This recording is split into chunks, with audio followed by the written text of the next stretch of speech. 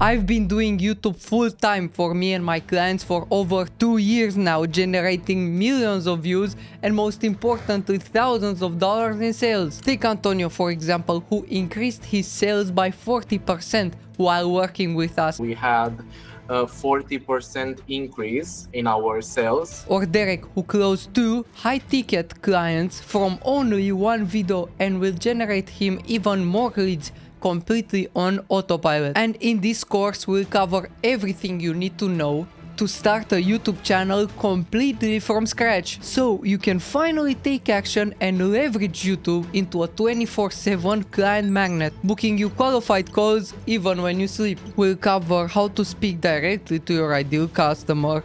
We'll talk about the YouTube sales funnel, then we'll go into video ideation, script writing, titles and thumbnails, video hooks, video editing and style, the difference between in-house versus an agency, branding fundamentals, conversion psychology, and some common mistakes that you must avoid. Let's dive in. The YouTube growth myth. You see, there are really 2 different types of YouTube channels. Type number 1, these channels chase views, subscribers, and all the vanity metrics. They make broad content that appeals to as many people as possible. They celebrate when they hit 100k subscribers. And type number 2, these channels focus on speaking directly to their ideal customer. They don't care about massive view counts. They care about whether the right people are watching. They celebrate when they make 100k in revenue. And here's what's crazy. Channel type number 1 often appears more successful from the outside.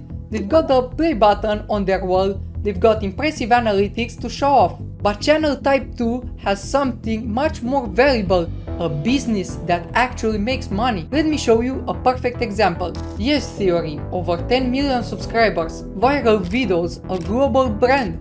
They launch a YouTube course thinking our fans love us, of course they'll buy, but almost nobody did. Why?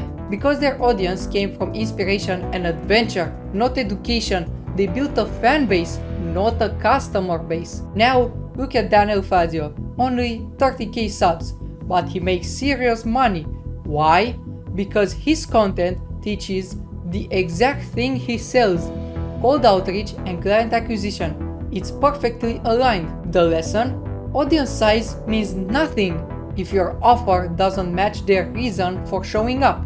Here's what makes this so important. When you try to appeal to everyone, you connect with no one. By the way, if you're a business owner who's frustrated with getting lots of views but few qualified leads from your content, there's a better way. Click the link in the description to book a call where I'll show you how our system for generating 10 to 30 qualified sales calls per month from YouTube. Now let's talk about how to fix this issue once and for all. So, what's the solution?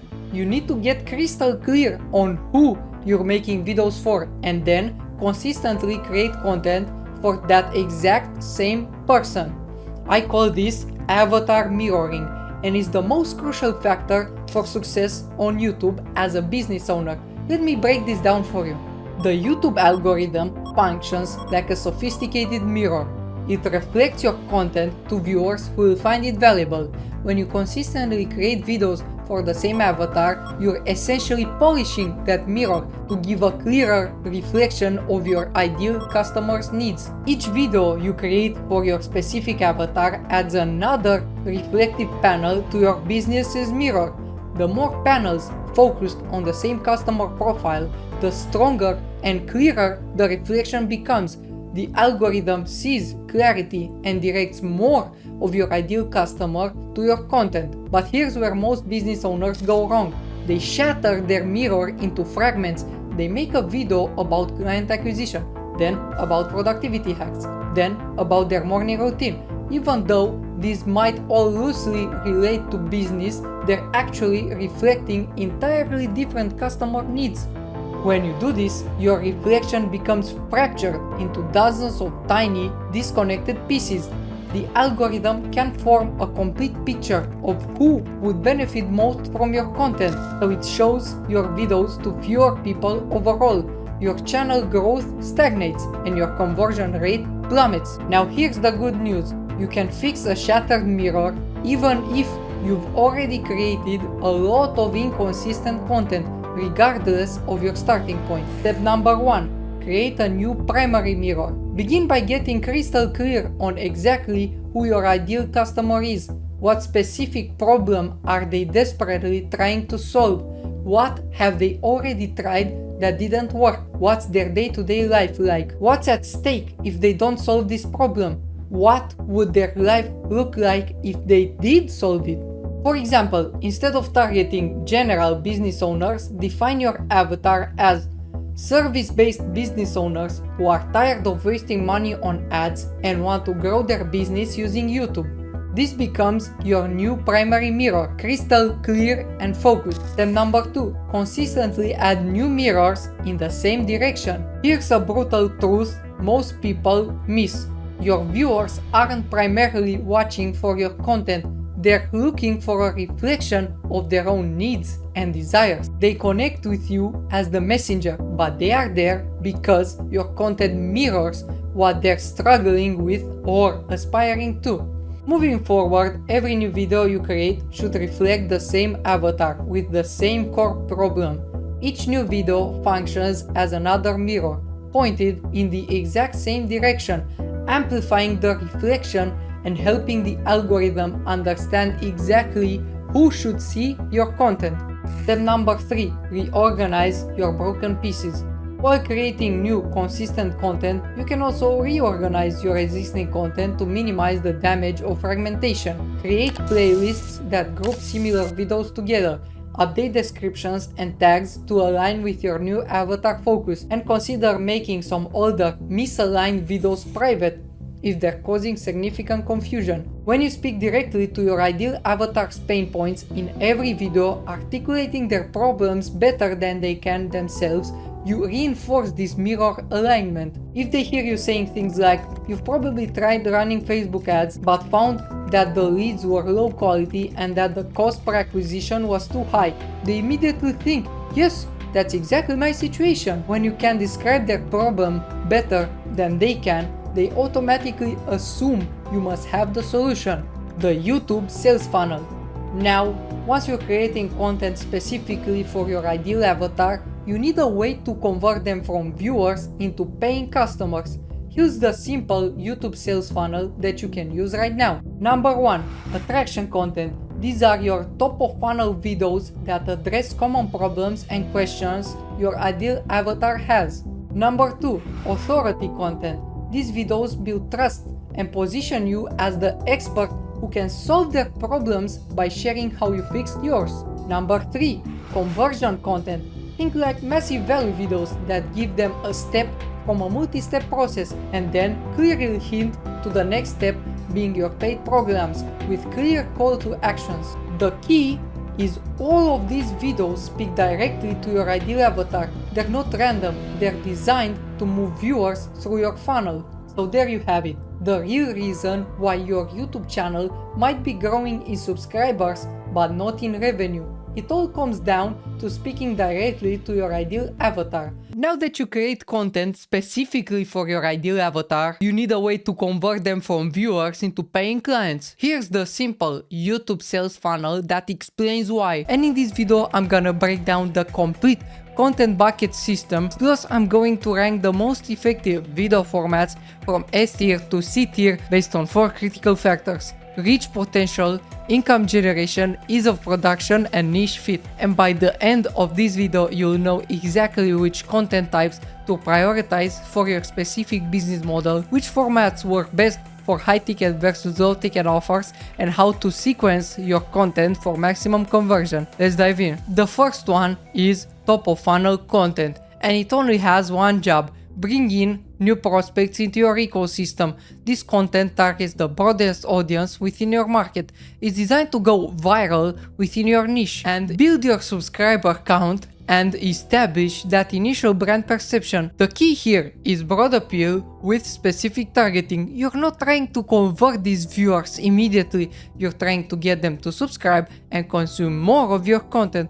For example, if I started X from scratch in 2025, this is what I do, or the truth about your industry, or broad educational content that applies to everyone in your space. The mistake most creators make is trying to monetize top of funnel content directly. That's not its purpose. Its purpose is audience acquisition. Second, middle of funnel content. This is where conversion starts happening, but more importantly, this is where you demonstrate your expertise.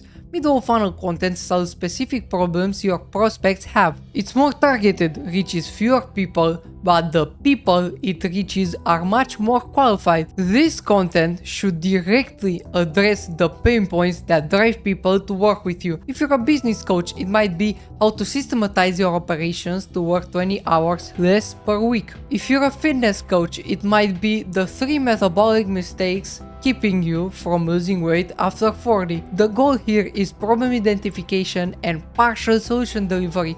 You want viewers thinking, this person clearly knows what they're talking about, and if they can help me with this for free, imagine what they could do if I hire them. And last, bottom of funnel content. This is your money content. Lowest reach, highest conversion rate. Bottom of funnel content is pure conversion focused. Case studies, client transformation, behind the scenes of your process, and free courses that demonstrate your complete methodology. The most proven bottom of funnel content is client case studies, where the client tells their own story. This removes any perception that you're bragging and creates authentic social proof. These videos only get a few hundred views, but those viewers are extremely qualified and ready to buy. Now, let's rank the most effective video formats based on reach potential, income generation, ease of production, and niche fit. Trendjacking videos, top of funnel with high risk, they can generate massive reach, but often attracts the wrong audience, and it rarely converts to sales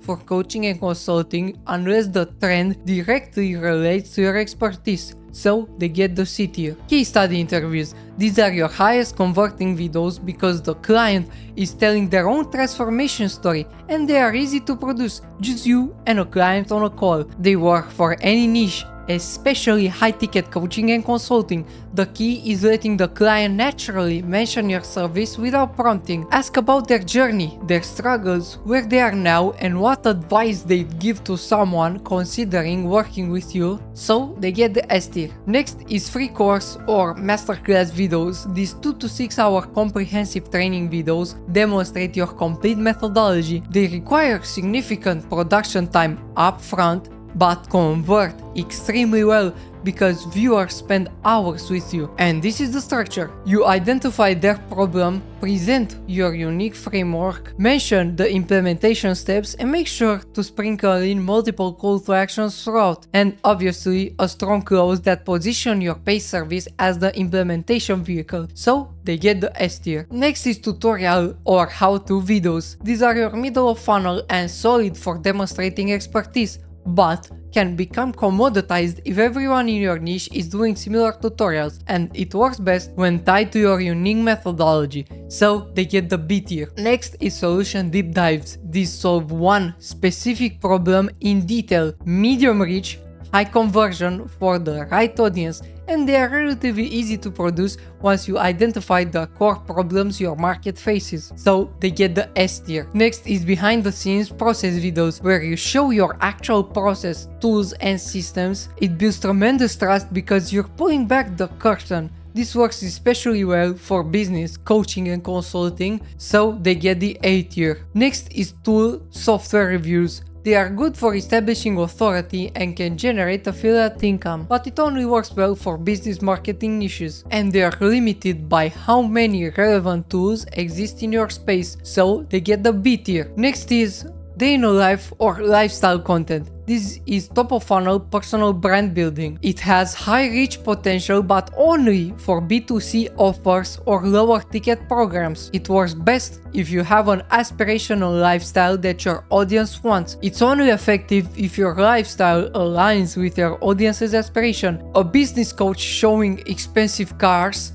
works, but a budgeting coach showing something expensive doesn't. So they get the A tier. Next is industry commentary or hot takes. It positions you as a thought leader, high engagement potential if you have strong opinions, but they're risky. They sometimes can piss off part of your audience if not done carefully, so they get the A tier. Here's how to think about placing these formats in your content buckets. Top of funnel, like day in a life, industry commentary, reaction videos, trend related content. Middle of funnel, problem solution videos, tutorials, tool reviews and Q&As. And bottom of funnel, case studies, free courses and behind the scenes process videos. The key is maintaining a 40% top of funnel, 40% middle of funnel and 20% bottom of funnel split for optimal audience growth and conversion. Now you have the complete framework for YouTube content that actually converts prospects into paying clients. With this in mind, knowing your ideal avatar and what actual video style you need to produce for your offer, whether B2B or B2C like I mentioned, this will go perfectly with this next section, which is ideation. Ideas are the foundation of every video. A bad idea can have perfect execution, but it will still underperform. So nailing the foundation is the best thing you can do. And now I'm gonna show you exactly how to generate YouTube ideas that actually convert viewers into paying clients, not just vanity metrics that look good but make you nothing. The approach I'm about to show you is the exact same strategy that William Brown, Daniel Fazio and all the successful business channels are using right now to book qualified sales calls on complete autopilot. This isn't some theory, it's what's actually working right now for coaches, consultants and service providers who are using YouTube the right way. And the best part, this works for any business. Let's get into it. Here's why most YouTube advice fails entrepreneurs and coaches. They tell you to find outlier videos in completely different niches, then just swap in your business topic. Look for viral formats in entertainment, fitness, then just make a business version of it.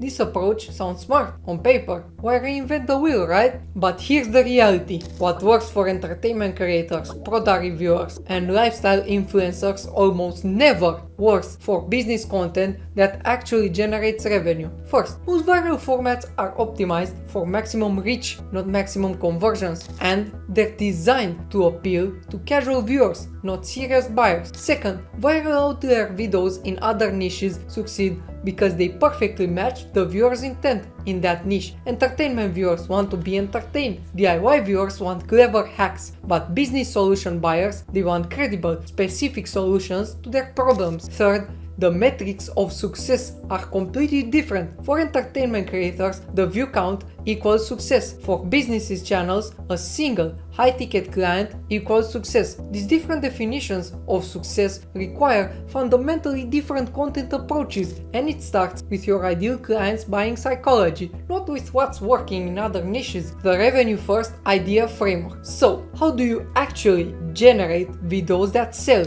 You start with these critical questions. 1. What specific problem does your offer solve? What's stopping your ideal clients from buying? And what do they need to believe to make the purchase? Let me show you exactly how this works. Start by listing out every single problem your offer solves. Be specific. For example, if you're a business coach, don't just say helps businesses grow. Go in depth. Helps service businesses escape the 10K a month ceiling. Or create a referral system that generates predictable clients. Now, each of these problems becomes a potential video topic, but not all problems are created equal, which brings us to step 2, identifying high ROI problems. Start by thinking if your prospects already know that they have their problem, and you can rewatch sales calls and spot the same questions that get asked over and over. They're actively looking for solutions, and your solution is demonstrably better than alternatives. This is crucial.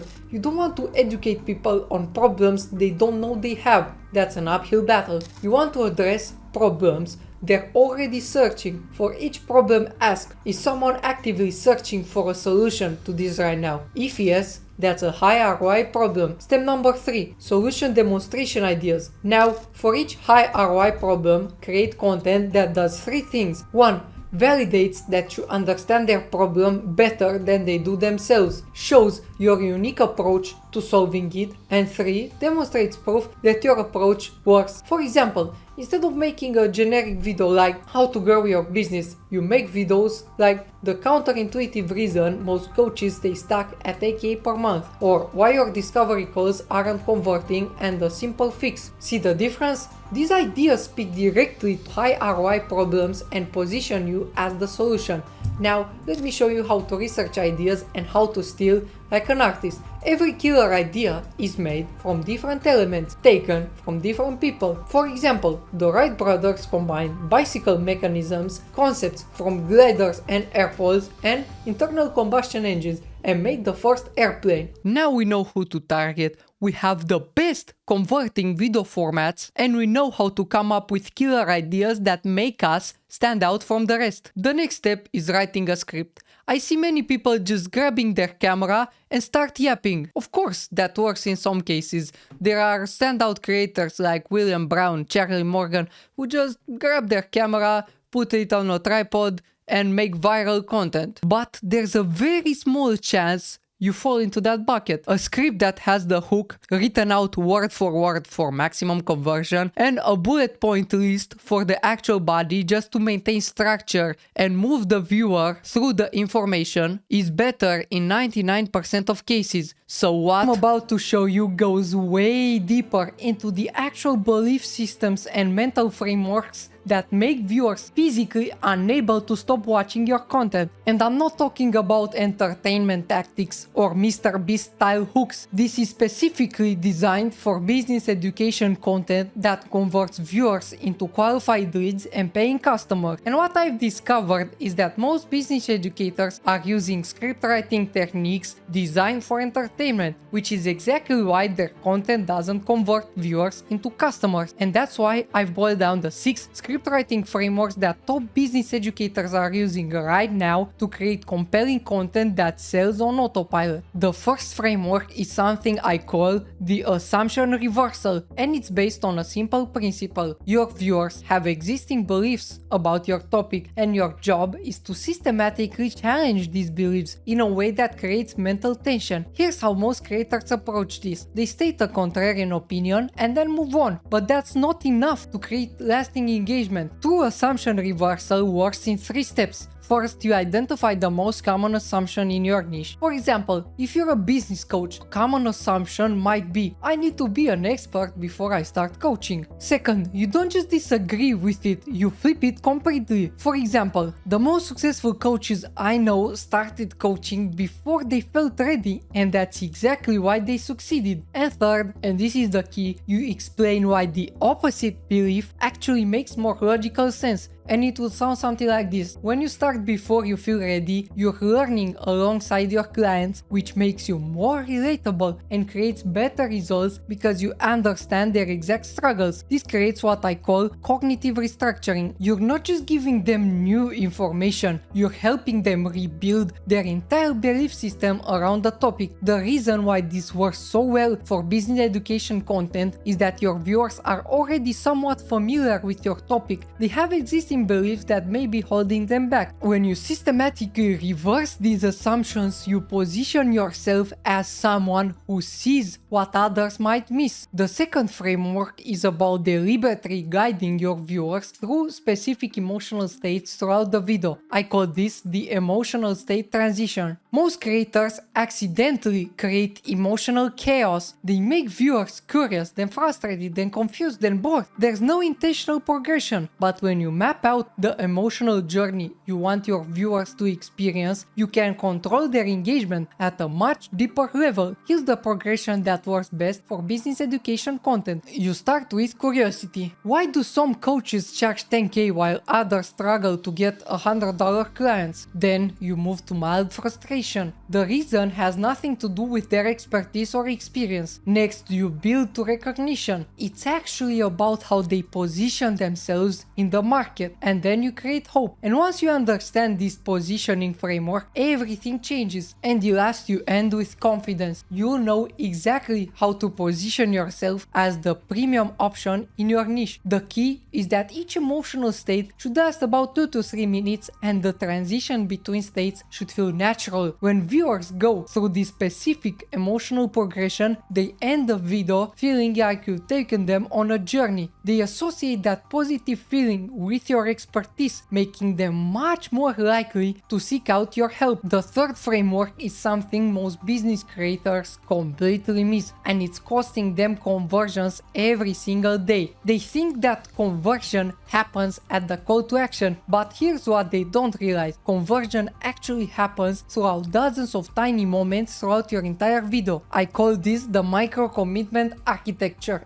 And it's the difference between viewers who watch passively and viewers who are mentally saying yes long before you ever make an offer. A micro commitment is any moment where a viewer mentally agrees with something you've said. It could be nodding their head, thinking that's exactly right, or recognizing themselves in an example you share. Here's the crucial part. Every micro commitment makes the next one more likely. When someone agrees with you once, they're more inclined to agree with you again. And by the time you get to your call to action, they've already said yes to you 15, 20 or maybe 30 times. And there are 3 types of micro commitments you need to architect. Recognition commitments, where viewers see themselves in your examples. You know that feeling when a potential client asks for your price and you immediately start justifying why it's worth it. Logic commitments, where viewers agree with your reasoning. If your ideal clients are already watching YouTube videos to sort their problems and you're not creating content, then your competitors are building relationships with your future customers while you're invisible. And the last, aspiration commitments, where viewers want your promised outcome. Imagine opening your laptop on a Tuesday morning, sending one email and having 3 qualified leads book calls before lunch. The formula is recognition, logic, and aspiration. Then repeat the cycle but go deeper each time. You need a micro commitment every 30 to 45 seconds. Keep viewers actively engaged. Let's dive into the fourth framework. This addresses what I call the implementation gap, and it's crucial for business educators because your viewers already know they should be taking action, but they're not. Traditional content creation tries to solve this by giving more information, but information isn't the problem. The problem is the gap between knowing what to do and actually doing it. Here's how to structure content that acknowledges this gap. First, you openly acknowledge that they probably already know some version of what you're teaching. You've probably heard that you need to create content consistently. You might have even tried it. Second, you identify the specific reasons why knowing hasn't led to doing. But there's a difference between knowing you should create content and having a system that makes it sustainable. And third, you reveal what bridges that gap. The missing piece isn't more information, it's a framework that removes friction and makes execution automatic. This approach works because it validates their experience while positioning your solution as the bridge they've been missing. You're not treating them like beginners who need basic information. You're treating them like smart people who need better systems. The fifth framework is something I call the future back method, and it's specifically designed to help your viewers see the path to their goals more clearly. Most business educators make the mistake of starting with where the viewer is now and trying to push them forward, but that often feels overwhelming and unclear. Future back works differently. You start with their desired end state and work backwards to show them the path. Imagine running a coaching business where clients seek you out. You're booked 3 months in advance and you're charging premier rates. Then reveal the final step that creates that outcome. That happens when you have a waiting list of qualified prospects who already see you as the obvious choice and work backwards through each prerequisite. But you only get that waiting list when you have content that positions you as uniquely valuable, and you only create that positioning when you understand your audience's specific transformation journey. And finally, connect it back to their current situation, which means the first step isn't creating more content, it's mapping out that transformation journey. This method works because it makes the path feel inevitable rather than uncertain. They can see exactly how each step connects to their ultimate goal. The sixth and final framework completely changes how you think about calls to action, and it's especially powerful for business educators because it attracts higher quality leads. Instead of trying to convince everyone to work with you, you help them determine if they're ready for your level of solution. Traditional call to actions sound like, if you want to grow your business, book a call with me. Qualification reversal sounds like this. This approach works best for business owners who are already generating some revenue but want to scale without burning out. If that's you and you're ready to invest in systems rather than just tactics, then book a call. The structure has three parts. You first define who this is for, be specific about their current situation, not just their goals. Secondly, you identify the mindset they need to have. Are they looking for quick fixes or long-term systems? And do they want to do everything themselves, or are they ready to get help? And make your calls to action feel like a natural next step for someone who meets those criteria, rather than a sales pitch. This approach works because it creates self-selection. The people who book calls are already pre-qualified and more likely to become ideal clients. Now, let me show you exactly how to implement these frameworks by walking through a completely different niche. Let's say you're a fitness coach creating content about sustainable weight loss. So this will be the hook using the assumption reversal. Most people believe that they need to eat less and exercise more to lose weight.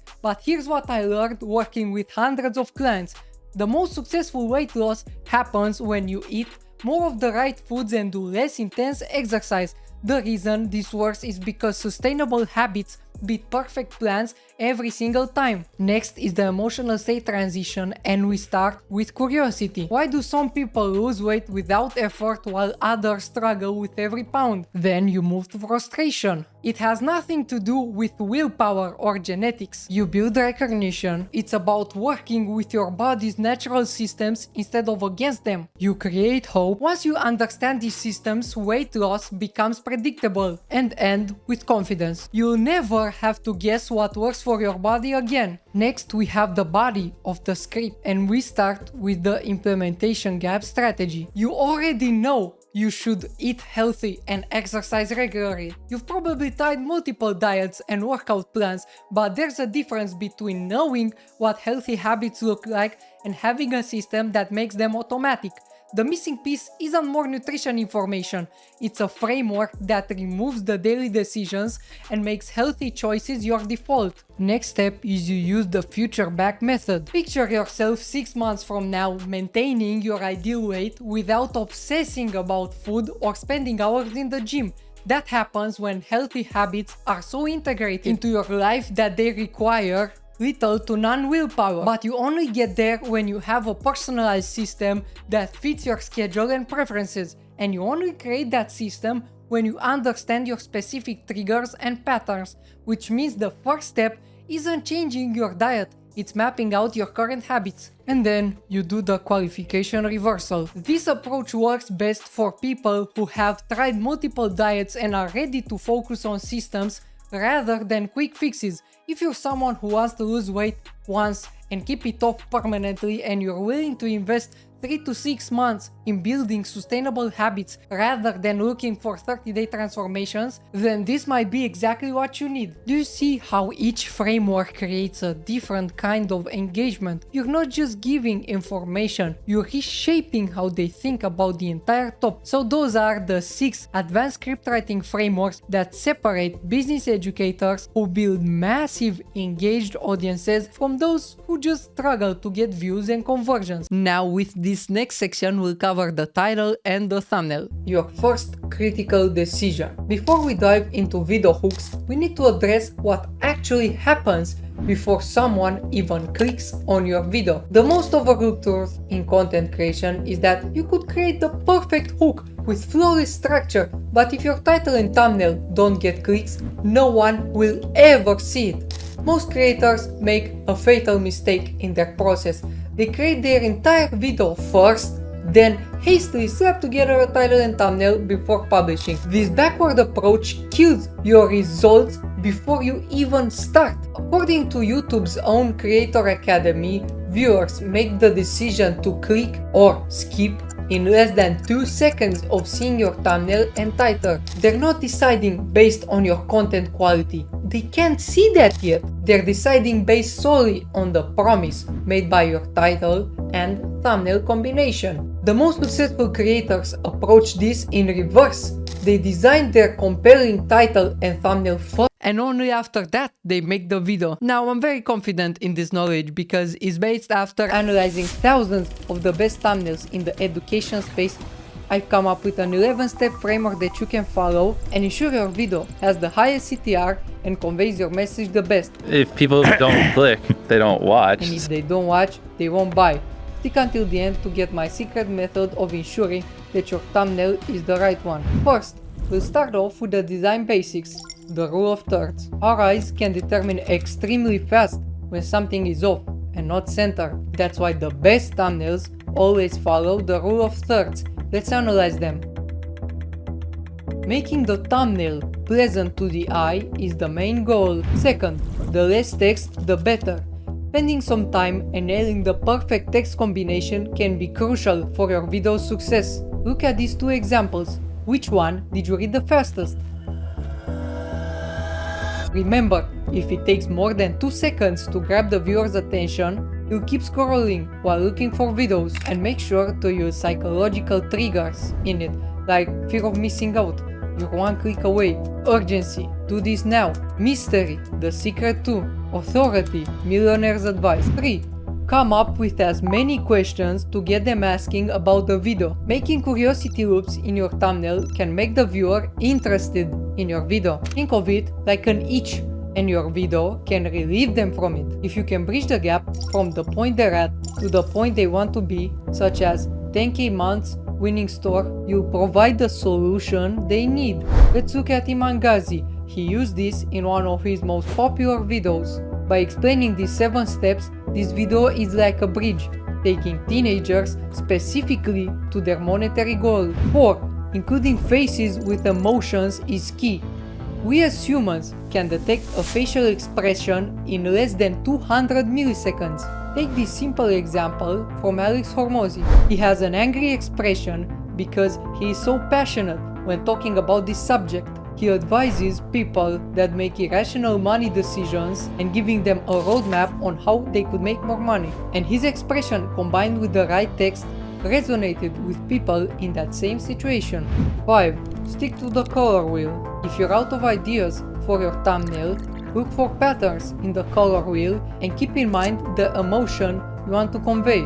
Blue for trust or power, purple for mystery, and so on. And most importantly, contrast.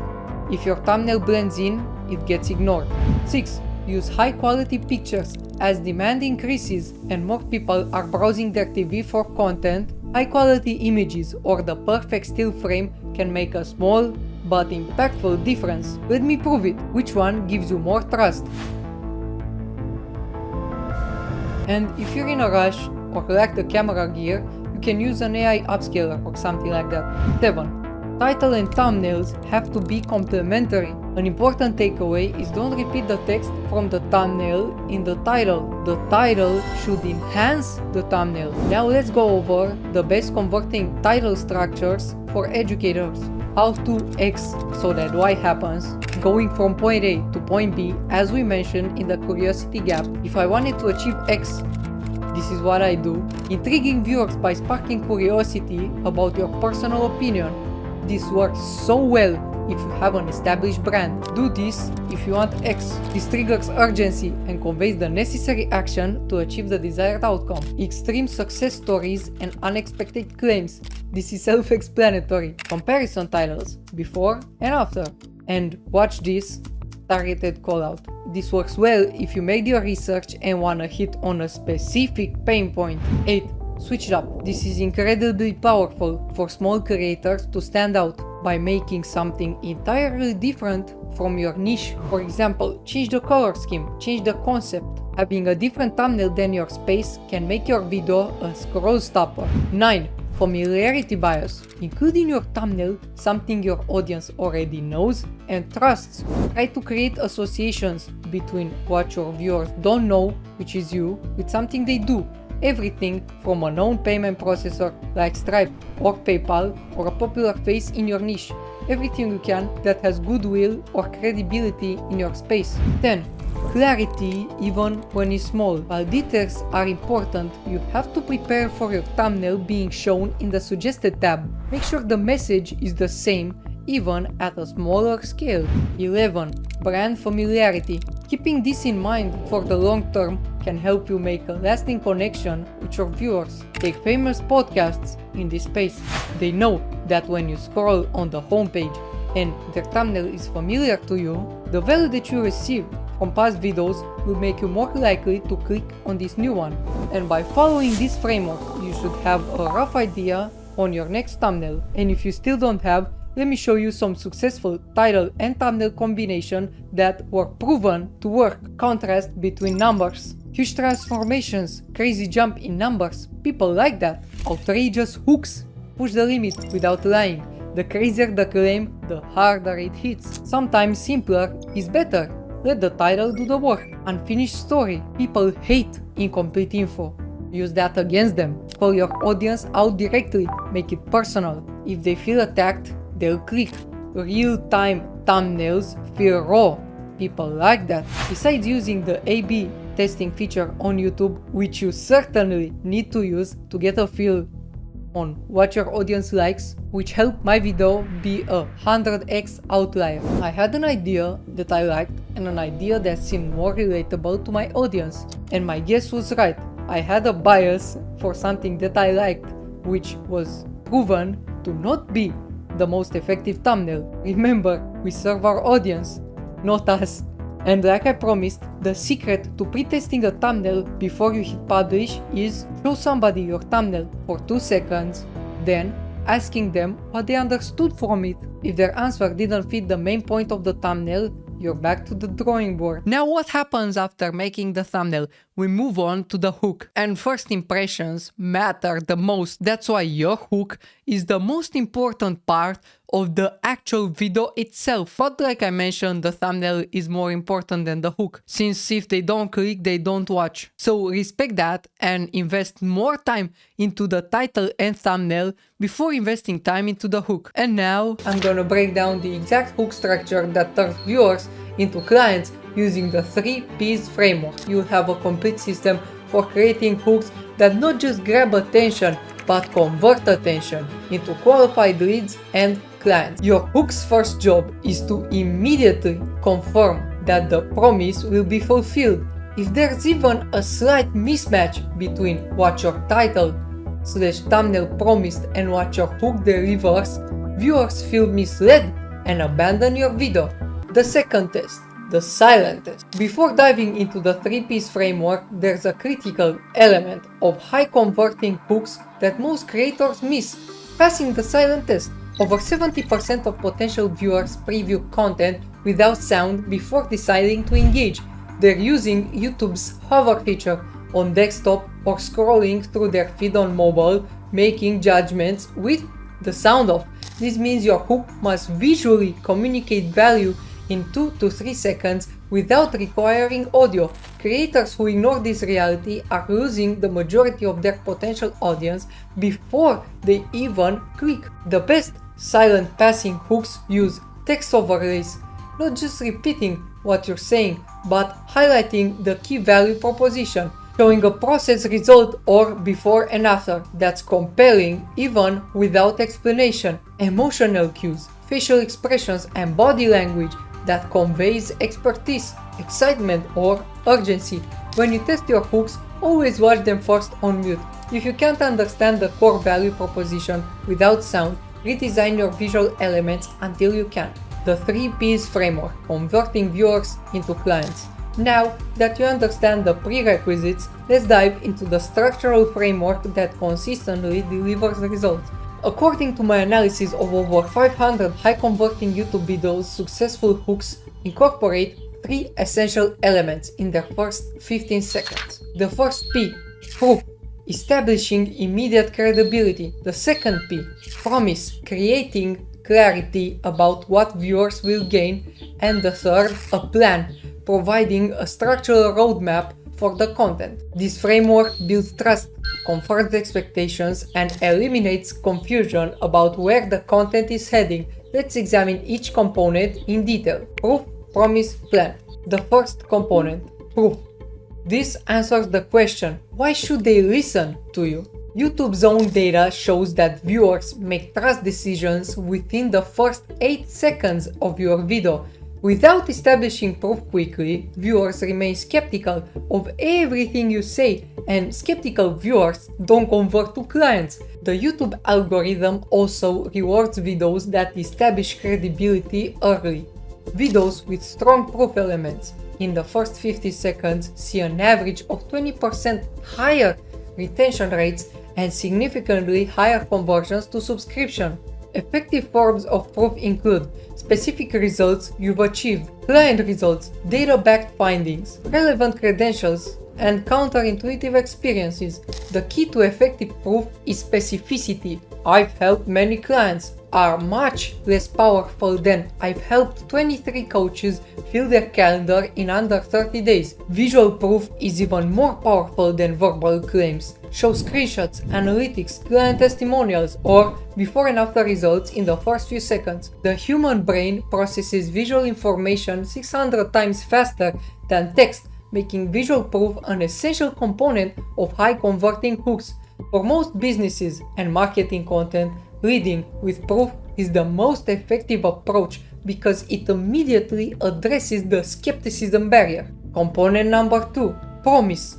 What will they get from this video? The promise articulates exactly what value the viewer will receive by watching your video. This is where you explicitly state the benefit they'll get. Your promise must be specific and tangible, address a real pain point or desire, and create a gap between where they are and where they could be.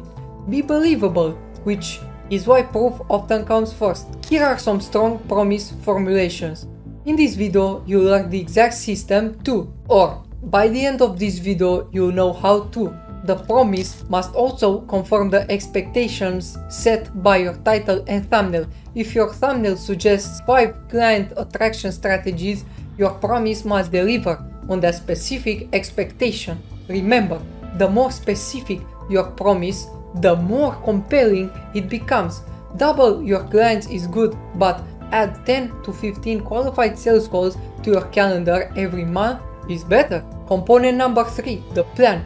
How will you deliver on your promise? The plan sets clear expectations for how you deliver on your promises. It's the roadmap that tells viewers what to expect from the rest of the video. An effective plan outlines a clear structure for content. It breaks down complex information into digestible chunks, creates mini curiosity loops for each section, and makes the content feel manageable and valuable. Plan formulations that work. I'll break down this into 3 simple steps, or we'll cover the 5 key elements of. The plan reduces cognitive load by giving viewers a framework to organize the information they're about to receive. This makes them more likely to stay and engage with your content. Optimizing your 3 P's in order for maximum impact. While I've presented these in order, proof, promise, plan, the optimal sequence depends on your specific content and audience. When to lead with proof? When skepticism is the primary barrier in about most businesses and marketing content. When you have impressive results or data, or when teaching advanced strategies that require credibility. When to lead with a promise? When addressing an urgent pain point, or when your title and thumbnail creates curiosity that needs an immediate payoff, or when your audience already knows and trusts you. When to lead with the plan? When simplicity, clarity is your main selling point.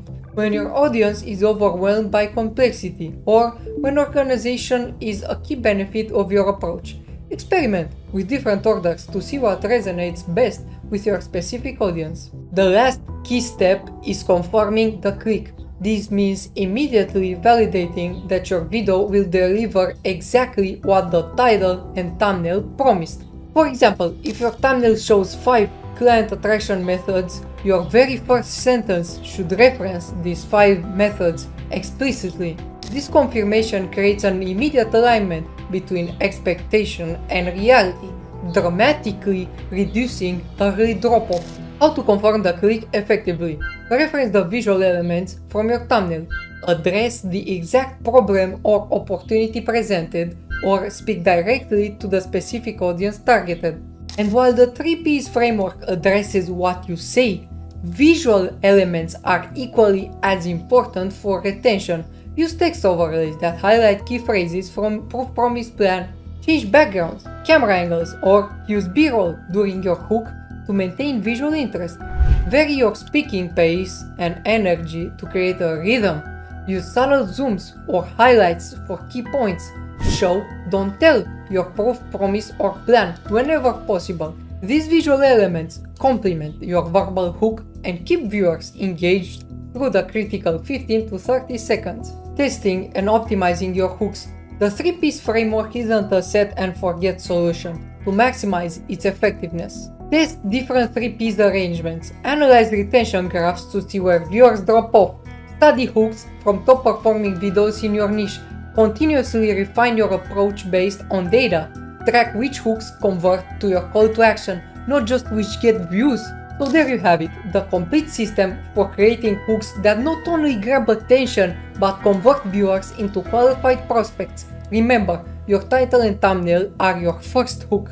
Your visual hook must work without sound, and the 3Ps framework Proof Promise Plan provides the perfect structure. Now that we know how to structure our hooks, it's time for the actual body of the video. And I won't go into a specific video editing software and show you how to do cuts and stuff like that. Because let's be honest, 99% of business owners don't have 5 hours to edit a video. They're already busy with client work and running the actual business. The best thing you can do is hire a video editor who does the job. But this next part will go over the higher level stuff you need to master and ensure your video style is perfect for your audience. And that's exactly why most business owners think video styles is about adding fancy transitions or cutting out ums. But here's what they don't realize. Your choices are actively filtering out your ideal clients, while attracting time wasters who will never buy. I've analyzed hundreds of business YouTube channels, and the ones making serious money aren't using the video style you think they are. They're making specific stylistic choices that match their buyer psychology, their price point, and their industry. I'm gonna show you the exact 5 video style pillars that will help you stop repelling qualified prospects and start attracting the right viewers who actually convert into paying clients. First, the foundation framework. But before we get into the perfect video style, you must master the foundation first. Most business owners are looking for the silver bullet, that one technique that will magically transform their content into a client generating machine. But here's the reality. There is no silver bullet. Success comes from multiple golden BBs. It's the compound effect of multiple elements working together. Your recording quality, lighting setup, mic levels and audio filters, background and contrast, and your actual mood and energy on camera. And whether you're reading from a teleprompter or freestyling your delivery, let's quickly cover what each of these actually mean for your conversions. Lighting should create depth and eliminate harsh shadows. A single soft light source beats expensive equipment every single time. Audio needs to be crisp and consistent. Viewers will tolerate bad video, but never bad audio. Your background should be intentionally simple, not accidentally cluttered. Every single element either adds to your authority or detracts from it. Energy and delivery style matters more than script quality. A passionate, slightly imperfect delivery always outperforms a perfect but lifeless teleprompter read. Prospects can sense authenticity through the screen and they buy from people they trust, not perfect performances. Think of it like this. You have the most sophisticated editing in the world, but if your audio sounds like you're recording in a bathroom, lighting makes you look like a hostage video, or you're clearly reading a script with zero authenticity, none of that editing matters. The businesses that convert viewers into clients understand that video style is a system, not a single technique. Each element either reinforces your authority or damages it. When your foundation is weak, even the best style becomes polishing a turd. Next is the viewer's journey map. Your video style needs to match where your prospect is in their buyer's journey. For awareness stage content, you can use a more dynamic style to grab attention, but for consideration and decision stage content, you need to dial it back. Let's take a tech startup as an example. Their business model is B2B SaaS, selling enterprise software to big companies. Their ideal client is a CTO of engineering, making six-figure decisions. The purpose of their videos is to demonstrate technical competence and build trust with sophisticated buyers. When someone from their audience is watching a "Why most enterprise migrations fail" video, they're in research mode. This video covers a serious problem that could cost their company millions. They expect thorough analysis, not shallow, short-form content. The style needs to match the gravity of the topic. But when somebody watches a "How we scaled from 0 to 100 enterprise client" story, they're more open to entertainment value mixed with education. Even though the prospect is serious, an authentic story with educational value better matches their expectations while building connection through narrative. They want to understand your journey and see themselves in your success. By the way, if you want to apply these pillars without having to figure out all the details yourself, check the first link in the description where we handle the entire content creation process for business owners just like you. Industry-specific style. Different industries require completely different stylistic approaches, and getting this wrong immediately signals to prospects that you don't understand their world. Let's take 3 concrete examples and explain their video style so you know how to approach your own. B2B SaaS companies need a clean, professional style that emphasizes data and results. This means clear visual graphs, minimal transitions, personality peppered in through results. Rather than entertainment, too much personality actually hurts credibility because enterprise buyers expect sophistication. They're evaluating whether you can handle their $1,000,000 infrastructure, not whether you're fun to hang out with. Fitness coaches can use a more dynamic style because their audience expects energy and motivation. This translates to faster cuts, upbeat music, transformation visuals, and high energy delivery that matches the physical intensity of their service. Since fitness programs are typically lower ticket, the more aggressive style works because the buying decision is less rational and more emotional based. But even here there's a line.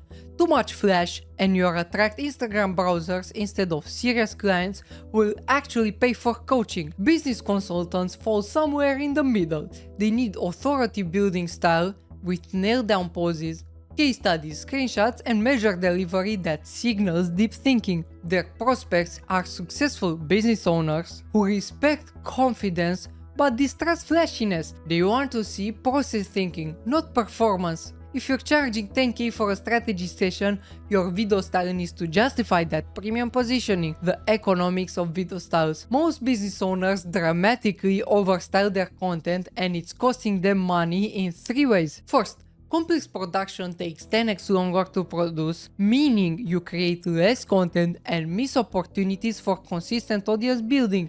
When you're spending 20 hours on a single video instead of 2, you're trading quantity for perceived quality. But your prospects need to see you consistently to build trust, not occasionally with perfect production. Second, overstyling creates what I call revision hell. Multiple feedback rounds with editors because complete visuals are subjective. A simple style has clear success criteria. Complex approaches require constant creative decisions, meaning endless "can you make this pop more" conversations that kill your consistency. And third, most importantly, sophisticated visuals attract window shoppers, not wallet openers. The people impressed by flashy style are typically early in their business journey with limited budgets. Your ideal high-ticket clients are successful business owners who've learned to distrust too much flashiness. They associate it with inexperience and desperation. I call this the minimum viable style. What's the least amount of production you need to serve your message without distracting from it. For most business content, that's clean audio, removing dead space, adding key points as text overlays, and maybe 2 to 3 subtle transitions per video. Everything beyond that should have a specific business purpose, not just look cool. Next is the attention to action bridge. Here's what most creators miss. Retention focused styles and conversion focused styles are completely different skill sets with opposite objectives. Retention focused style keeps people watching through curiosity loops, visual variety, and constant stimulation. It's designed to maximize watch time by creating addictive viewing experiences. Conversion focus instead guides your prospects toward a specific action through clarity, trust building, and decision making. It's designed to create buying behavior. The problem is most business creators use retention tactics thinking they lead to conversions, but you can have 90% retention and 0 conversion if your style creates decision fatigue. When prospects are overwhelmed by visual complexity, they defer taking action because the cognitive load of processing competes with the mental energy needed for decision making. Think of it like a sales conversation. When you're explaining your methodology, keep it clean and focused so they understand your competence. When you're sharing client results, let the moment breathe so they can envision their own success. When you're making your call to action, remove all visual distractions so the only thing they can focus on is the decision you want them to make. And last, the scalability factor. Most business owners don't think about this, but your video style determines whether you can scale your content or not. Complex production styles create editor dependency.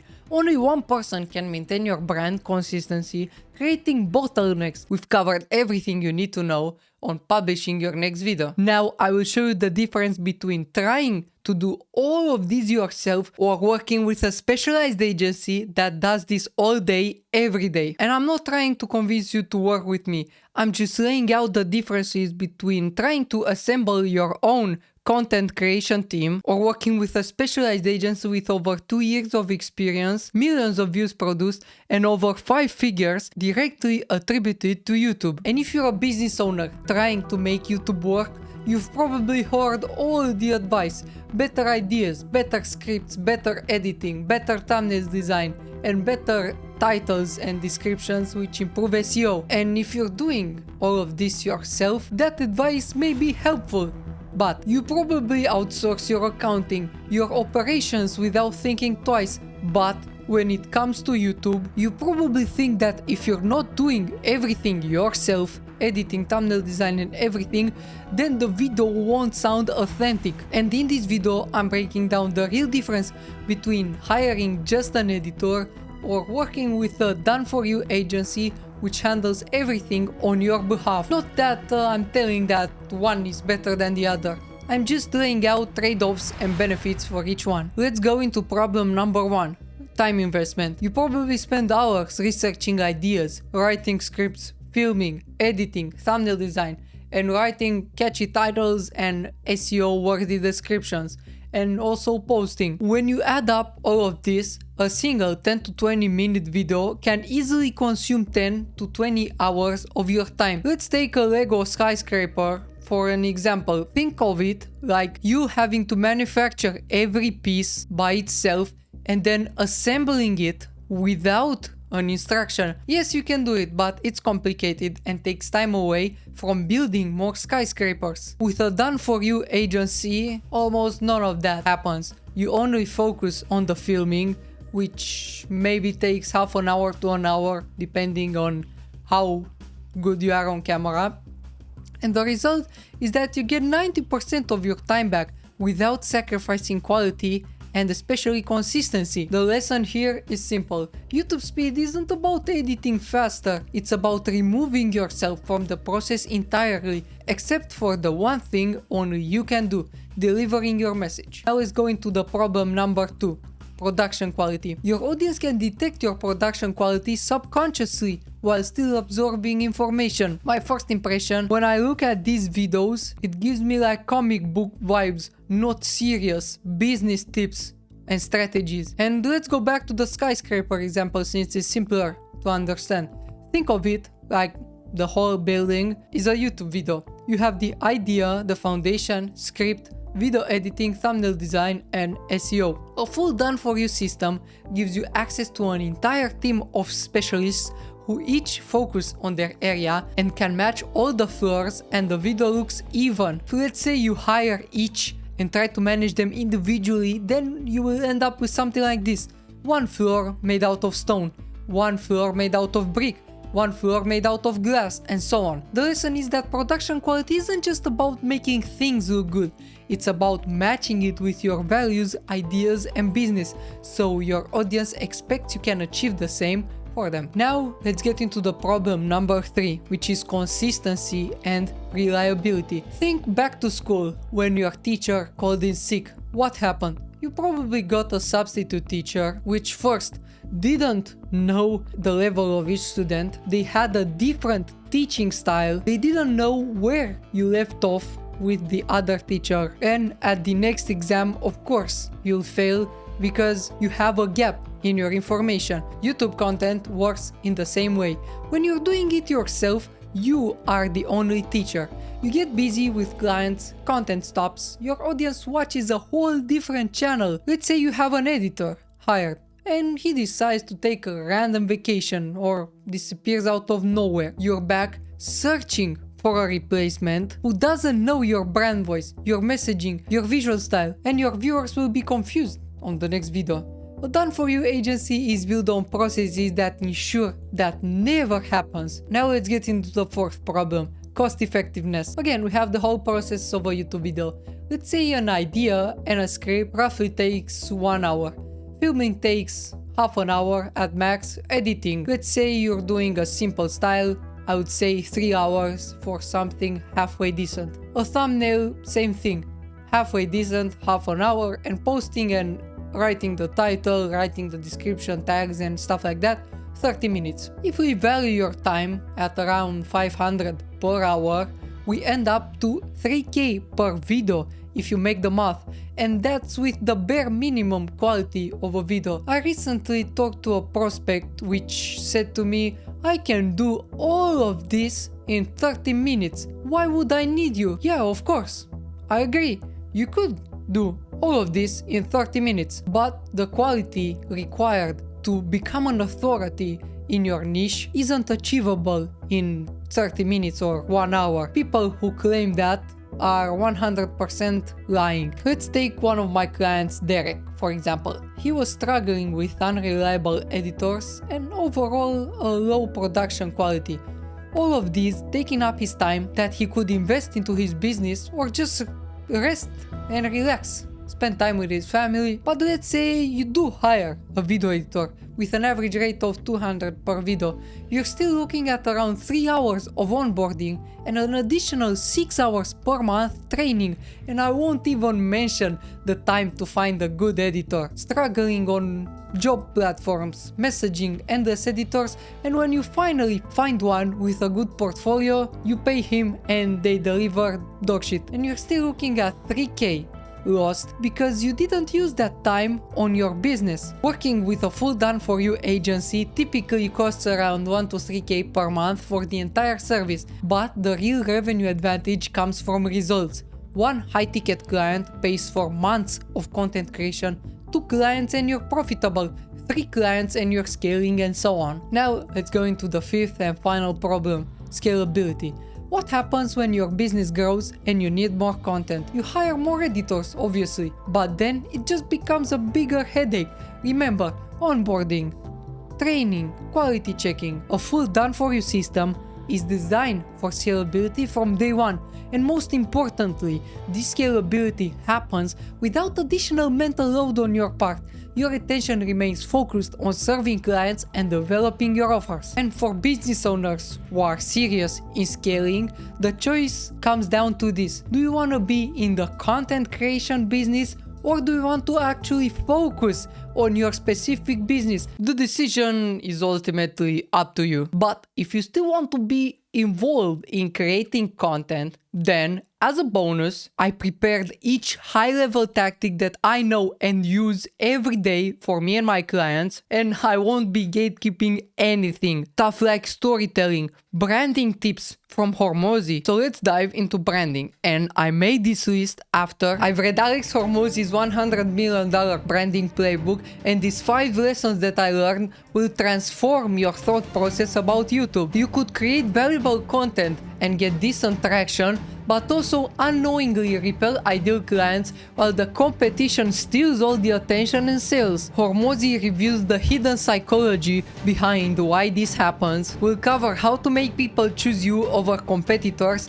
even when you charge more, and the one framework that explains why some can sell 5K programs while others struggle with $97 courses. But first you need to understand why attracting the wrong audience is costing you money. Framework number 1. The YouTube branding problem. Picture this, you have 2 business owners creating YouTube content in the same niche. Business owner A gets consistent views on their videos, business owner B gets moderate traction but nothing spectacular. Business owner A celebrates their latest video being very valuable but ultimately books 0 sales calls. Business owner B celebrates closing 3 new clients worth $30K from a video with very little views. The difference isn't content quality or production value. Both create valuable information. It's what Hormozi calls the fundamental misunderstanding of branding. You think you're building authority, but you're actually attracting the wrong audience. Good branding means pairing your business with something a majority of your ideal audience likes. Bad branding means pairing your business with something a majority of your audience dislikes. No branding means exactly what it sounds like. Exposure results in them behaving you as normal. You're practically invisible. Being invisible for content means nobody knows you or your solution even exists. To build a brand, think about what your ideal client associates with and match your content to it before making another video. Bad branding is better than no branding, but you end up with unwanted results, unqualified prospects, more views and less sales. When you create content to prove how smart you are, you attract people who want to learn, but not people who want to buy. Your associations determine your audience quality, not your content quality. Okay, so now let's dive in the 5 frameworks. The avatar selection method. Hormozi starts with a critical insight that you might know but fail to apply. Quote, "Even though we could help everyone, it's unlikely to result in a profitable business. We'd have to be too many things for too many people." End of quote. Your brand targeting must follow 4 specific criteria before reaching out to your ideal avatar in order to have the best results. Number 1. The market is growing. Quote, "Because if you have to pick between an audience that's shrinking, one that's maintaining, and one that's growing, I'd rather go after the one that's bigger. Because even if I stay the same size, I'm still going to grow because the market's growing." Second is the money aspect. Quote,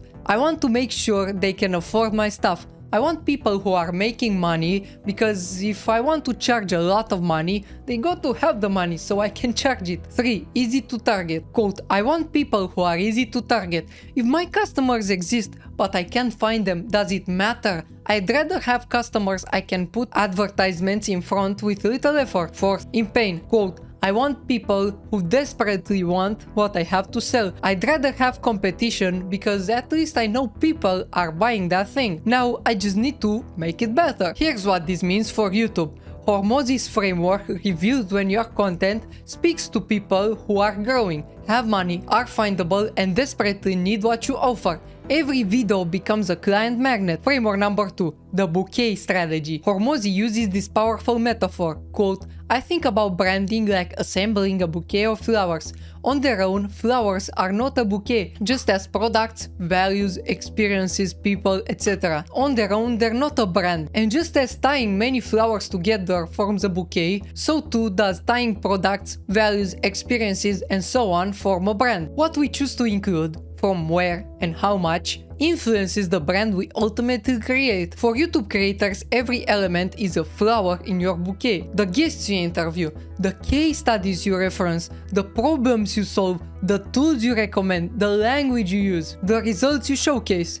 Most, though, might have what Hormozi calls a confused bouquet, including broad or mismatched branding rather than what attracts their ideal clients. If we don't match the flowers to the bouquet we want to build, and we include sticks and weeds, we will create bad pairings that distort the clarity of our bouquet, making it worse overall. The solution is ruthless curation. If you want to attract entrepreneurs making 500k plus, every flower should appeal to that level. Your example shouldn't be about how to start a side hustle. They should be about how to scale past a 500k ceiling, or how to optimize operation when you have at least 10 employees. Framework number 3. The premium process. This is where Hormozi reveals the money-making secret about how branding transforms commoditized products into premium offerings. Quote, you transfer some of the influence and reach of what you pair with your product into the product itself.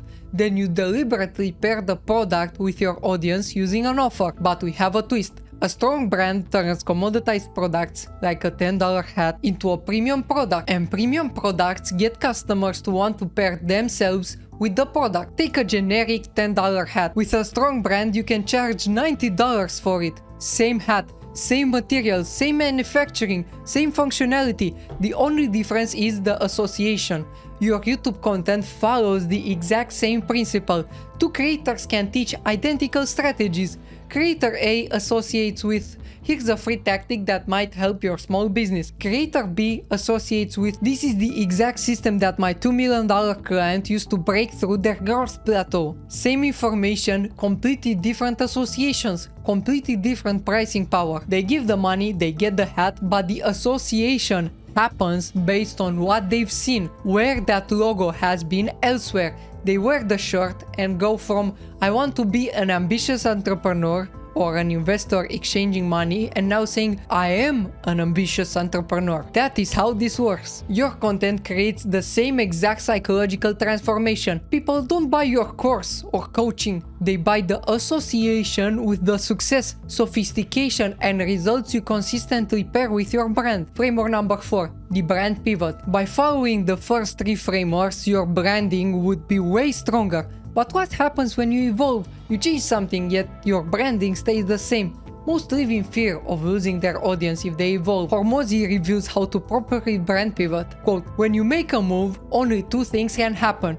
You can gain more than you lose, and you can lose more than you gain. As an example, you sharing your support for a political party. You just have to crunch the numbers. Which one is bigger? You lose more or you gain more. 1-for-1 swaps only happen on paper. We want to make sure we net positive on all moves we make. If anyone's seen a small town band hit it big, some of the original fans always take issue with you. They say things like they sold out or they're corporate puppets now or whatever. By taking the opportunity to play on the big stage, they took a gamble. They gambled the loss of some of their local audience for exposure to a much bigger and broader audience. And sure, they did lose some of those locals, but they gained way more than they lost. For YouTube, this means you can surely evolve from serving small businesses to enterprise clients, from beginners to advanced, or from one industry to an adjacent industry. The key is ensuring the math works. Quote, don't let the 5 mean comments stop you from gaining the 500 new people who like the new thing. And framework number 5, recovery from bad branding. Hormozi addresses what everyone fears, brand mistakes. Quote, now what if we make a branding mistake and we pair with the wrong thing? Because it's going to happen. One bad pairing can absolutely hurt a brand. Just like one ugly flower messes up the whole bouquet, it changes how everyone sees the brand. To recover from something like that, you just have to overwhelm customers with the stuff they like until eventually the bad pairing shrinks into irrelevance. We don't try and eliminate the dead rows. It happened, there's nothing we can do about it. But what we try to do is to just overwhelm it with way more of the stuff that the majority of our people actually like. This applies to controversial content, failed launches, or any situation where your brand takes a hit. Instead of damage control or apologies, you double down on the associations your ideal audience values the most. Branding has a higher return than a direct response if you measure over a longer period of time. So in the short term, if you just make associations, you might not make as much after messing it up. But over time, how well you deliver and the people who talk about your brand and the promises you make and keep will be the things that rebuild your reputation overall. The most important takeaway: branding isn't about being creative or an expert, it's about deliberately pairing yourself with things your ideal clients already value. When you nail this, you don't compete on price, you don't chase algorithm changes, and you don't stress about competitors.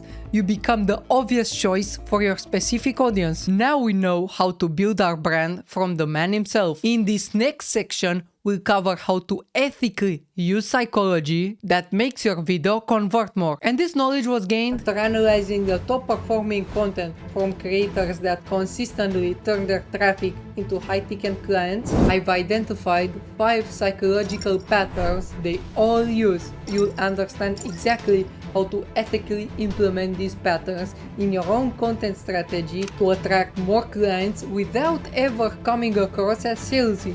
This is especially valuable if you've been relying on paid ads or endless posting on social media without any conversions. Pattern number 1: the curiosity gap. The most effective YouTube videos don't just provide value, they create information gaps that your brain is compelled to fill. This is called the Zeigarnik effect, and it's the psychological trigger that explains why we remember unfinished tasks better than finished ones. Look at how the top performing YouTube videos don't just reveal everything up front. Instead, they hint at valuable information that's coming later in the video. For example, instead of saying, "Today I'll teach you how to use email marketing," they say, "This email sequence generated me a 347% ROI without increasing any ad spend." This specificity creates a curiosity gap that keeps viewers watching to learn exactly how it works. But here's the key insight that most miss. The curiosity gap should connect directly to the transformation that your service provides. Iman Gadzhi teaches you how to make 10K per month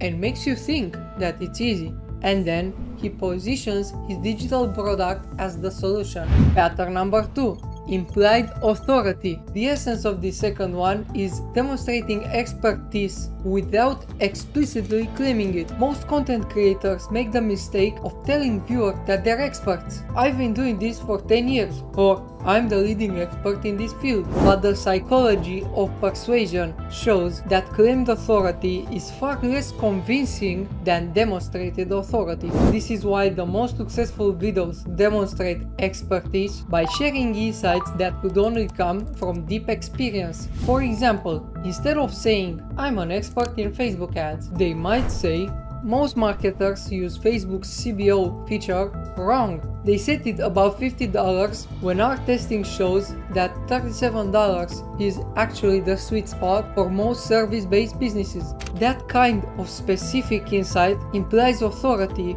without explicitly saying it. Let's look at how Alex Hormozi starts every video.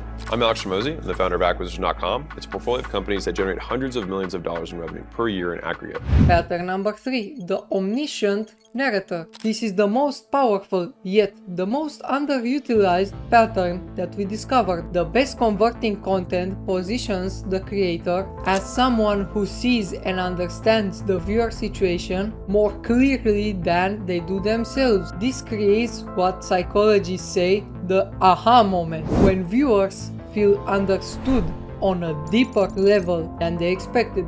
When you correctly articulate someone else's problem better than they could ever do it, they automatically assume that you must have the solution. You've probably been creating content consistent for months now. You've invested in paid ads that promise clients but delivered followers instead, leaving you wondering if you'll ever crack the code of client acquisition. That specific description creates an omniscient narrator effect. Feels like you're reading their mind. Look at Jordan Welch. When he made a video about how he made his money, he went back in the situation he was so he can feel relatable and made his viewers believe that they could do it, even if they are in the same situation. Pattern number 4: strategic vulnerability. The fourth pattern flips traditional marketing on its head. While most content creators try to position themselves as perfect or flawless, The highest converting videos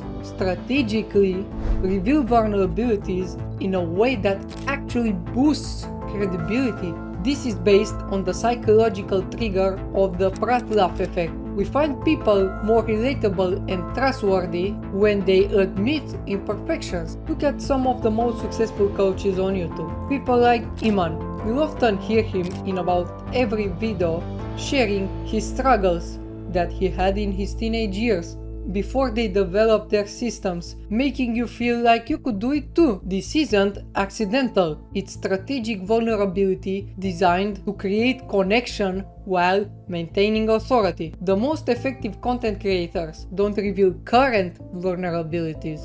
Instead, they share past struggles they overcome, creating a transformation story, current challenges in areas unrelated to their core offer, high quality problems that actually reinforce their success. Pattern number 5.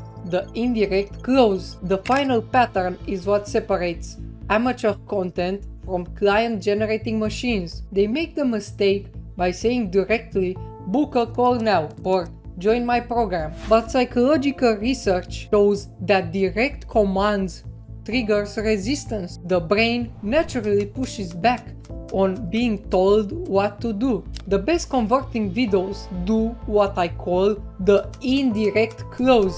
They lead viewers to coming to their own conclusion about needing help. Instead of saying, "Book a call with me so I can fix your YouTube channel," I say, "Now we understand why most content strategies fail. And the question is, do you have the time and expertise to implement these advanced tactics yourself? Or would it make more sense to have someone who does this all day implement them for you?" This pattern respects the viewer's autonomy while still guiding them towards the desired outcome. So those are the 5 psychological patterns that most successful content creators use to turn their educational videos into client-generating machines without ever feeling pitchy. To recap, we have the curiosity gap, implied authority, the omniscient narrator, strategic vulnerability, and the indirect close. By the way, you must have noticed something about this video itself. I've actually used all these 5 patterns throughout this video, from creating curiosity gaps about what you'd learn to demonstrating expertise through research rather than claims, to describing your exact situation with paid ads that underperform, to using the indirect close I'm about to deliver. This entire video is a demonstration of these principles in action. Creating content that converts isn't just about knowing these tactics, it's about executing them flawlessly in every video, every week. That's exactly the problem we solve for coaches, community builders, and service providers with our content agency. We help them add 10 to 30 qualified sales calls each month with our done-for-you YouTube funnel. And we're so confident in our approach that if we don't deliver those calls, you don't pay. If you're interested in learning on how we could implement these patterns into your content strategy, book a call where we'll break down your entire content strategy and we'll identify which of these psychological triggers would work best. So now we know how to use psychology in our videos to convert the highest amount of people while also delivering value. So now we'll go in depth and try to find little problems that big YouTubers do that is costing them views and sales. Even if you're completely new, you'll know all the mistakes you need to avoid so you can pay your ignorance debt faster. And I'll explain it by doing a full breakdown of successful channels that are leaving money on the table with fixable advice. So by the end, you'll know exactly how to fix your channel and not make the same mistakes. We first start with Ben Heath, the biggest YouTuber in the Facebook ads and Meta ads space. He's very established, 400k subscribers, consistent posting on YouTube. Let's first break down his offer, just so you can understand his market. If you want to scale your business with Facebook ads, this is the offer. And his credibility. After producing over 700 million in total sales, we've created the best system to help any business scale. Very credible, right? Now let's analyze something really important when talking about organic content. and it's knowing your target audience or your perfect avatar, your ICP, whatever you want to call it. Let's analyze brands. It's business owners and agencies managing significant ad budgets, so decision makers looking to scale from 100k to 1 million in sales through meta ads. Hotels, e-commerce brands and established businesses with real marketing budgets. Let's go to his YouTube channel and let me show you a big mistake that he's making regarding his video style. Let's click on his latest video. From the beginning, most advertisers only use a small fraction of the settings inside meta ads, which means they're leaving money on the table. So when I first watched this video, something really bugged me, and it's the Wii theme song. You maybe aren't familiar with this, but it sounds extremely childish, and he wants to target like decision makers, not people who are seeking for entertainment. Also, memes, his target audience, which is decision makers, are associating the memes almost always with entertainment content, which you don't want your business content to be associated with entertainment content. So these two mistakes, especially in the hook, will make a lot of business owners skip, even though he does everything perfect in the later part of the video, like just a screen share presentation with no animations, no music. His mess up with the hook will cost him thousands of qualified leads. You need to ask yourself this question. A CEO managing a 50k monthly ad budget send one of Ben's videos to their business partner during a sales meeting. The thing is that serious buyers associate production quality with service quality, so his mimish approach and song choice might hurt his service quality expectations. Ben's content sits towards the younger demographic for an audience making serious business decisions. This isn't wrong by itself. Just to be completely straight, his channel is already performing very well, like he's #1, but you need to match your production style to where your clients make decisions. I will cover later in the video channel and actually uses memes and this engagement style perfectly. Going back to Ben, this is probably an editor's issue, not his. The editors don't understand his demographic, and either Ben or his content agency isn't catching it before publish. And if you're making similar choices in your own content, it's costing you too. Next, let's go to a smaller channel, but same as Ben, established and already doing YouTube almost perfectly. And it's the channel named Samuel Darby. Same offer, meta ads agency with legitimate results, $100 million in total sales generated for clients, 400 companies helped, $10 million in ad spend managed across US, UK and Australia. His target audience, same as Ben, established business owners and agencies looking to scale with meta ads. And he's doing a very small mistake that is damaging his quality perception, and it's the mismatch between when he's speaking and the actual audio. This is present in most of his videos. So I downloaded this video and put it in an editing software. This is the original version and this is the version I changed so it matches. Let's first watch the unaltered version. Take a close look on his lips and the audio that's playing. You see ads, or maybe they are just too advanced. Well, I can't tell that they're AI. You see, when it comes to AI, I think I have a pretty good eye of figuring out when something is real and when something is AI generated. But obviously I work in this sector and so if you haven't noticed, his lips move faster, so the audio is a bit off. So I moved the clip just perfect. Let's look at this. It's more soothing, it's more pleasant to watch. You see ads, or maybe they are just too advanced. Well, I can't tell that they're AI. You see, when it comes to AI, I think I have a pretty good eye of figuring out when something is real. So it matches perfectly. This isn't a big thing.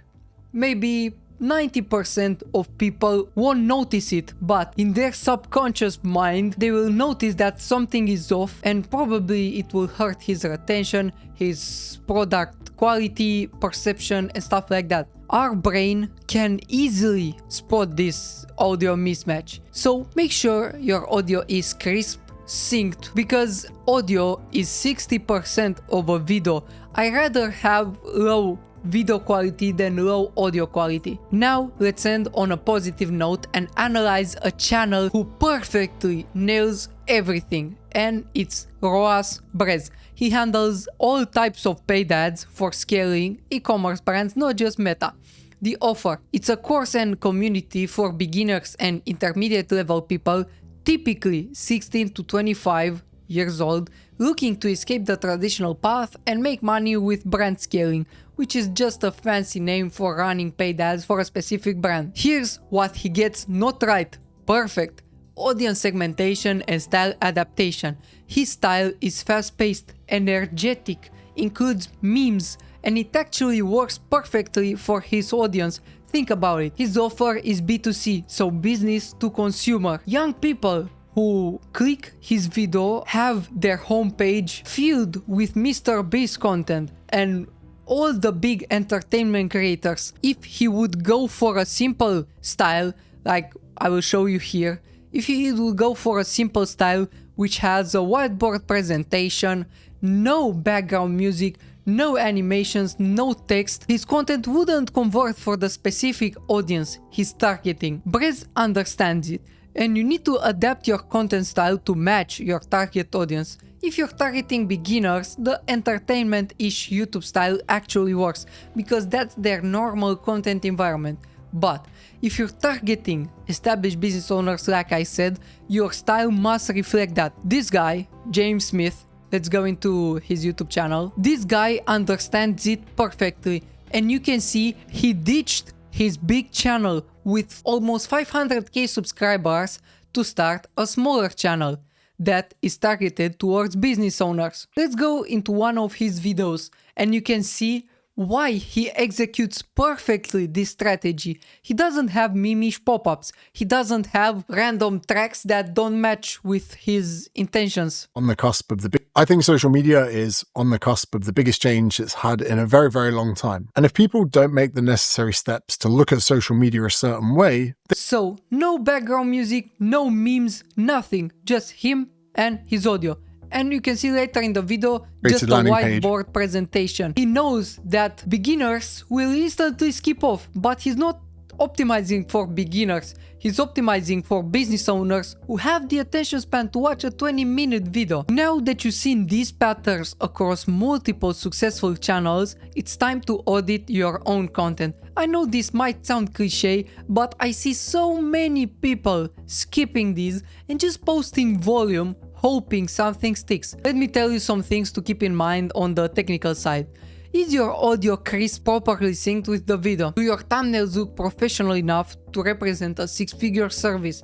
And would you be proud to show your production quality to your highest paying client? Now let's cover some stylistic choices. Does your video style match your client's environment? And would your ideal client send your video to their business partner, or would they be embarrassed? You must think, do these videos signal I'm the expert who can handle your 7-figure business, or do they signal I make good tutorial content for beginners?